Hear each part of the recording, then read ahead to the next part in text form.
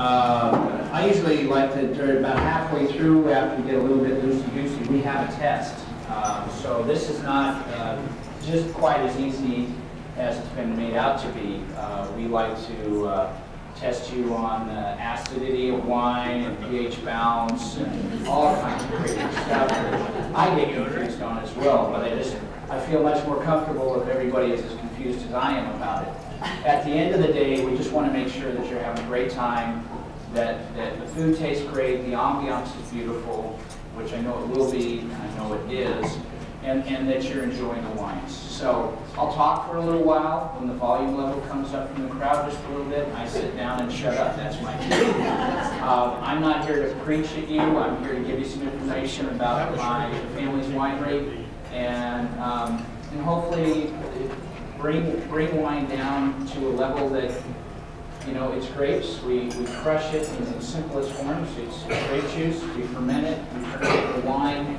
There's a few other things that happen in between, but we want you to have a good time with it. We want you to be comfortable with it. So I will walk around the room and talk to you at your table. If you have any questions while I'm talking, you can raise your hand. And so, you know, think of some tricky things to ask me, and if I'm not sure really how to answer it, I'll make something up. But it's a pleasure to be here. We got in the wine business back in '76, 10 words or less, relatively speaking. My dad was an airline pilot for Brand International.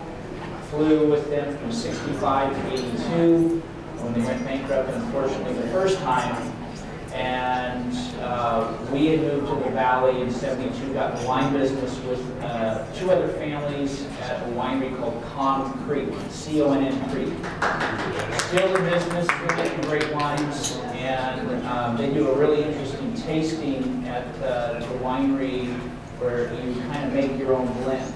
And I always kid myself and say, oh, I'll visit 3 or 4 wineries a month.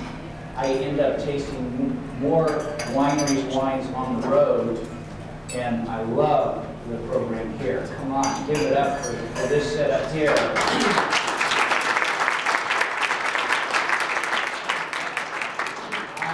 I travel all over the United States. I'm on the road about 7 days a month throughout the year from January through December, and so it's kind of a controlled thing that my wife and daughter agree upon. They can take me for about 3 weeks, and then I need to go away for about a week. But and I travel internationally a little bit into occasionally Europe, mostly just to taste and drink their wines. There's no need to take Sam to the beach. There's beautiful wines over there. But I don't learn about great wines or making better wines by just drinking my family's wines. So I very much enjoy tasting everybody else's wines just for research and development. I don't get a whole lot of pleasure out of it. But you got to do what you got to do. And so if I happen to go to Italy or if I go to France, I drink the local wines in the region. Trying to get over to Asia once a year just to feel that out and understand what's going on in the marketplace. Because eventually they'll get a little less brand conscious and you know, go for value, not just the most expensive thing in the world. But we have a lot of fun in the wine business. So to back up, my mom and dad were born in Escondido, California, about 45 minutes east of San Diego. And then, because my father got a job with Brand International as a pilot, flew all over the world, had a great time in the golden age of the airline industry when they had transitioned from propeller-driven airplanes, the old Convairs, 50 passengers, to 727s, 707s. And he had a great time flying all over the world in a jet airplane, hauling people around. And in between, they would have a layover for 2 or 3 days, and they'd eat and they'd drink a little bit and have a great time. And be ready to go again 10 or 12 hours later to fly back to the starting point. But my mom and dad fell in love with Northern California, and we've had a great experience. When they were in Escondido, California, it was a rural agricultural environment, and they wanted to raise my sister and I.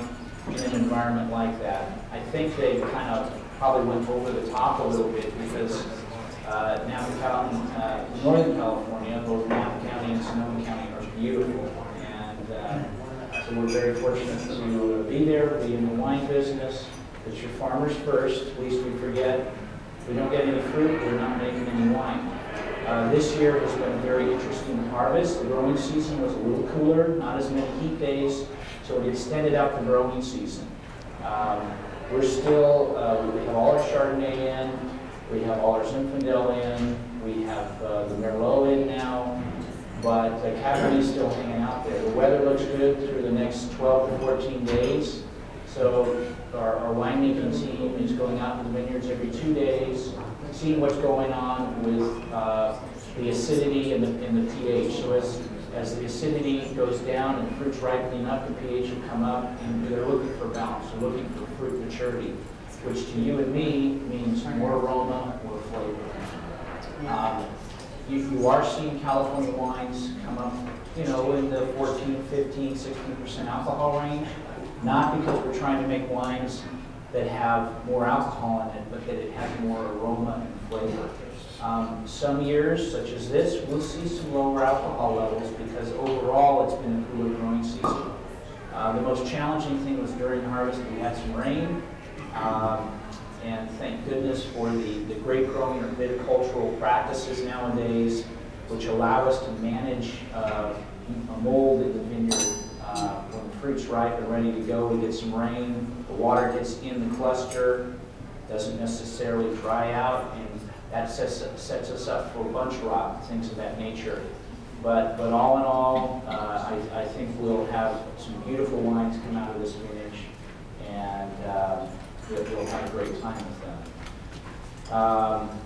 We produce primarily Chardonnay, Merlot, Cabernet, and Zinfandel. Started producing Cabernet in 1980, Chardonnay in 82, Merlot in 83, and Zinfandel in 1990.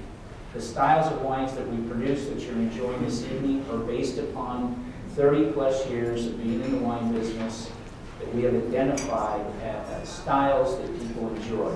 Either they're more traditional styles, which I would say currently our Merlot and Cabernet are, whereas I think our Chardonnay is, which took us 8 years to unravel, starting in 82, and it wasn't until about 1990 that we really said, wow, we hit it. We've got a style that's definitive and unique, that's sort of a timeless style. It's not fashion, it's a timeless style. And I think what all of us are trying to do in the wine business. We had the great fortune of learning from many others, the likes of Robert Mondavi, Justin Meyer from Silver Oak, Artie's on there. And so it's been a very interesting experience. And I do want to say that for whether you're in Sonoma County, Napa County, Northern California, Central Coast, there's a lot of respect and camaraderie in the wine industry. And we all help each other, we all respect each other, and enjoy each other's wines. So with all that said, I'll sit down and shut up for a while, and I'll start circulating around the tables to talk with you, not at you. And I want you to enjoy the evening and the wines. Think of some challenging questions for me, and let's enjoy this beautiful space that has been created here in fabulous Omaha, Nebraska. Thank you for having us and being part of this.